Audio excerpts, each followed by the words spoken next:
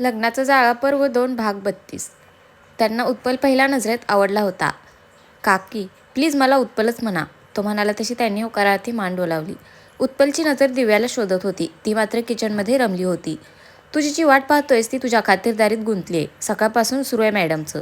दीक्षा डोळे मिचकावत म्हणाले तसा उत्पल ओशाळून हसला. आता पुढे. दिव्या आतून पाणी घेऊन आली तशी तिची आणि उत्पलची नजरानजर झाली. तिने लाजून नजर झुकवली तसा तो गालात हसला. दक्ष भाऊ मात्र निर्विकार चेहऱ्याने दोघांकडे पाहत होते. जरा हसलास तर काय झिजशील का सोडूमल? दीक्षा त्याच्या कानात पुटपुटली. श्श, मी माझ्या रोलमध्ये घुसलोय ना. Do not disturb. दक्ष म्हणाला तसे दीक्षाने डोळे फिरवले. तुमचं आखोही आखोमी वगैरे झालं असेल तर जरा चला उत्पलराव, बाहेर बसूया. दक्ष उभा राहिला. दिव्या आणि दीक्षा गोंधळून त्याच्याकडे पाहत होत्या तर अनुराधांनी नकारार्थी मान हलवली. दादा पण बाहेर का? दिव्याने विचारलं. Man to man talks. Coffee पाठवून दे. चल उत्पल. दक्ष म्हणाला आणि बाहेर गेला. उत्पल उभा राहिला आणि त्याने दिव्याला नजरेनेच धीर दिला. तोही दक्ष पाठोपाठ बाहेर निघून गेला. बस. दक्षने इशारा केला तसा उत्पल त्याच्यासमोर बसला. तर उत्पल जोशी, दिव्याच्या म्हणण्यानुसार तुमचं एकमेकांवर प्रेम आहे. दक्षने त्याच्यावर नजर रोखली. हो सर. उत्पल शांतपणे म्हणाला. Wow, I am impressed Utpal. मी तर तुला डिसेंट समजत होतो. तर तुझ्या डिसेंटच्या मागे एवढं प्लॅनिंग असेल असं वाटलं नव्हतं मला. दक्ष करारी आवाजात म्हणाला तसं उत्पलने चमकून त्याच्याकडे पाहिलं. कसलं प्लॅनिंग सर? त्याने स्वतःला शांत ठेवत विचारलं. हेच. आधी DK ग्रुप ऑफ इंडस्ट्रीजमध्ये घुसायचं. गोड गोड बोलून सगळ्यांवर इम्प्रेशन पाडायचं. मग दिव्याला प्रेमाच्या जाळ्यात अडकवायचं.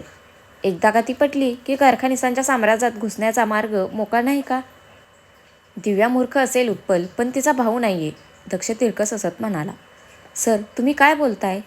तुम्ही समजताय तसं काही नाहीये. उत्पल गडबडत म्हणाला. खरं तर दक्ष असं काही बोलेल याची त्याला कल्पनाच नव्हती. ओह रिअली? मग कसं आहे जरा सांग तूच. हे बघ उत्पल, मी माझ्या बहिणीवर खूप प्रेम करतो, पण याचा अर्थ असा नाही की ती कुणालाही माझ्यासमोर आणून उभं करेल आणि मी त्या व्यक्तीला स्वीकार करेन. दक्ष म्हणाला. स्पष्टच बोलतो. तुला काय हवंय ते सांग मला क्लिअरली. पैसे हवेत? पाहिजे तेवढे देतो. प्रमोशन हवंय? चल तेही होऊन जाईल. घर गाडी जे हवंय ते माग आणि दिव्याला मोकळं कर. दक्ष त्याच्या नजरेत पाहत म्हणाला.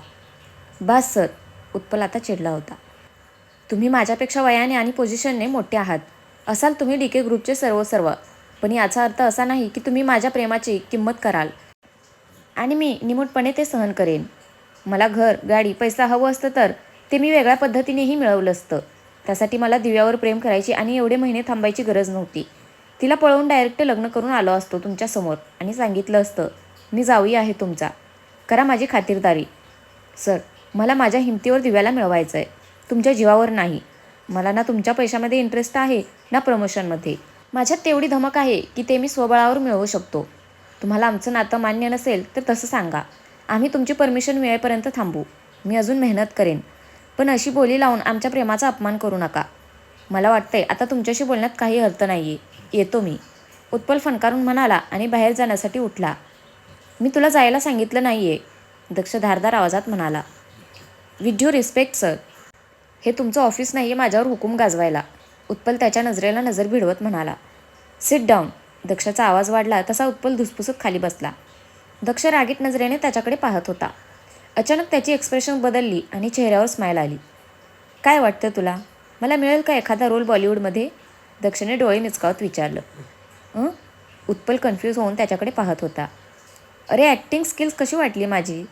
एकदम रिॲलिस्टिक ना? दक्षने डोळा मारला आणि उत्पलची आत्ता कुठे ट्यूब पेटली. त्याने सुटकेचा निश्वास सोडला. सर तुम्ही घाबरवलंत मला. तो हलकं हसत म्हणाला. कोई नाही होय. ॲक्च्युली ना माझी खूप इच्छा होती असं अमरीशपुरी टाईप्स काहीतरी करायची. मी ठरवलं होतं जर दिव्या कधी प्रेमात वगैरे पडली ना तर तिला आणि तिच्या होणाऱ्या नवऱ्याला जाम छळायचं. दक्ष हसून म्हणाला. सर जरा विचित्र नाही आहे का हे? उत्पलने हिंमत करून विचारलं. चलता आहे रे. दादागिरी करायचा असा गोल्डन चान्स मी थोडी ना सोडणार आहे. बाय द वे पप्पू तू पास हो गया रे. दक्ष मिश्किल हसत म्हणाला आणि उत्पलच्या चेहऱ्यावर स्माईल आली. Thanks sir. तो हसून म्हणाला. नो यार सिरियसली. हे बघ खरं सांगू का, हे पैसा शोहरत वगैरे ना ऐकायला छान वाटतं. बाहेरच्यांना वाटतं काय भारी लाईफ आहे यांची, कसली चिंता नाही की काही नाही. पण आमचे प्रॉब्लेम्स आम्हालाच माहिती रे. सतत भीती वाटत राहते. आपला विश्वास संपादन करून कुणी विश्वासघात केला तर, दिव्याला त्रास झाला तर.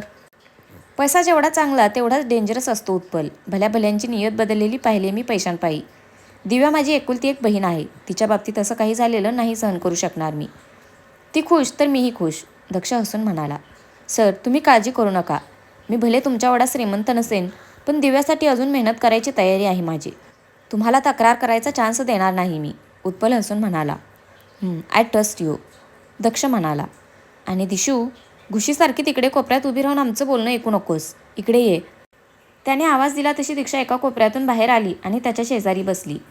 तुला मी घुस दिसते, उंदीर कुठला? तिने तोंड वेंगाडलं. माझी लाडाची बायको ग ती. मी तुला पूर्णपणे ओळखून आहे दिशू. मला माहीत होतं तू गप्प बसू शकत नाहीस. कशी वाटली माझी ॲक्टिंग? दक्षाने कॉलर उडवली. गरिबांचा प्रेम चोप्रा म्हणे ॲक्टिंग. दीक्षाने डोळे फिरवले आणि नाक मुरडलं. उत्पल मात्र दोघांची नोकझोक ऐकून हसत होता. तिकडे दिव्याही दारात उभी राहून हसत होती. ओ बहिणाबाई, या मैदानात, दक्षाने आवाज दिला तशी ती धावत येऊन त्याच्या गळ्यात पडली. उत्पल, हे असं कांगारूचं पिल्लू आहे लहानपणापासून. सतत भाई आणि मी तिला उचलून फिरायचो सगळीकडे. आता बघ रे बाबा, तुलाच हिला गळ्यात घालून फिरायला लागणार आहे. दक्षिणे दिव्याच्या डोक्यावरून हात फिरवला. दादा, दिव्याच्या डोळ्यात पाणी आलं. ती त्याला अजूनच बिलगली. दीक्षाने तिच्या पाठीवरून हात फिरवला. ए रडके, बास आता, दक्ष तिच्या कपाळावर ओठ ठेवत म्हणाला. अनुराधा लांबूनच त्यांची मस्ती पाहत होत्या. दक्ष दिव्याचं बॉन्डिंग पाहून त्यांना दिग्विजयची आठवण आली आणि नकळत डोळ्यातून एक अश्रू ओघळला. उत्पल बराच वेळ सगळ्यांशी बोलत होता. त्याने त्याच्या आईवडिलांना फोन लावून अनुराधांशी त्यांचं बोलणं करून दिलं. लवकरात लवकर मुंबईला येऊन लग्नाची बोलणी करू असं सर्वांमते ठरलं आणि उत्पलने सगळ्यांचा निरोप घेतला. कामाच्या नादात एक आठवडा कसा सरला कुणालाच कळलं नाही. एव्हाना ऑफिसमध्ये उत्पल आणि दिव्याबद्दल कळलं होतं. काही जण जेन्युअली खुश होते तर काही मात्र उत्पलच्या नशिबावर जळत होते. तोही त्यातलाच एक होता. दिस कांट बी हॅपनिंग. तो थर्ड क्लास उत्पल एवढी मजल मारेल असं वाटलं नव्हतं मला. नो नो नो वे दक्ष कारखानेस. तुझी बहीण एवढी नशिबवान असू शकत नाही. आत्तापर्यंत मी योग्य संधीची वाट पाहत होतो, पण आत्ता नाही.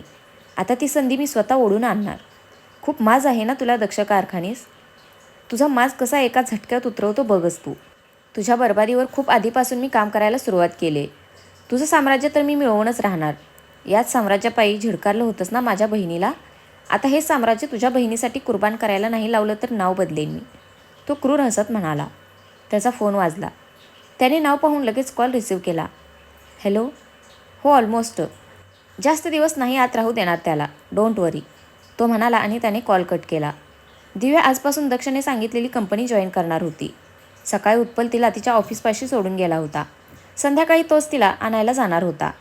दिव्या तिच्या डेस्कवर बसली होती की तिचा फोन वाजला. हाय. उत्पलचं नाव पाहून तिने लगेच कॉल रिसीव्ह केला. हे शोना, कसा होता नवीन ऑफिसमध्ये फर्स्ट डे, त्याने विचारलं. छान होता. सगळे खूप हेल्पिंग आहे तिकडे. एका दिवसात तर सगळं नाही कळलं, पण शिकेन हळूहळू, दिव्या हसून म्हणाली. Good girl. बरं, मी कॉल यासाठी केलेला की मला थोडा लेट होतोय. एक मीटिंग आहे सरांसोबत, ती झाली की मगच निघू शकेन मी.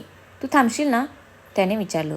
मी काय करू एवढा वेळ इकडे थांबून. त्यापेक्षा मी एक काम करते, मी कॅबने घरी जाते, दिव्या म्हणाली. नक्की, उत्पलने विचारलं. हो, डोंट वरी, पोहोचले की मेसेज करेन तुला, दिव्या म्हणाली आणि जरा वेळ बोलून तिने कॉल कट केला. दिव्या तिचं सामान आवरून खाली आली. लॉबीत येत तिने कॅब बुक केली आणि ऑफिस बाहेर येऊन थांबली. बराच वेळ झाला तरी कॅबचा पत्ता नव्हता. शेवटी कंटाळून तिने फोन चेक केला तर कॅब कॅन्सल झालेलाचा मेसेज आला होता. कॅबलाही आजच कॅन्सल व्हायचं होतं का? काय करू, गाडी बोलावून घेऊ का? नाही, नको. आईला बाहेर जायला लागलं तर? वहिनीला कॉल करते. तिने दीक्षाचा नंबर डायल केला पण तिचा फोन बिझी लागत होता.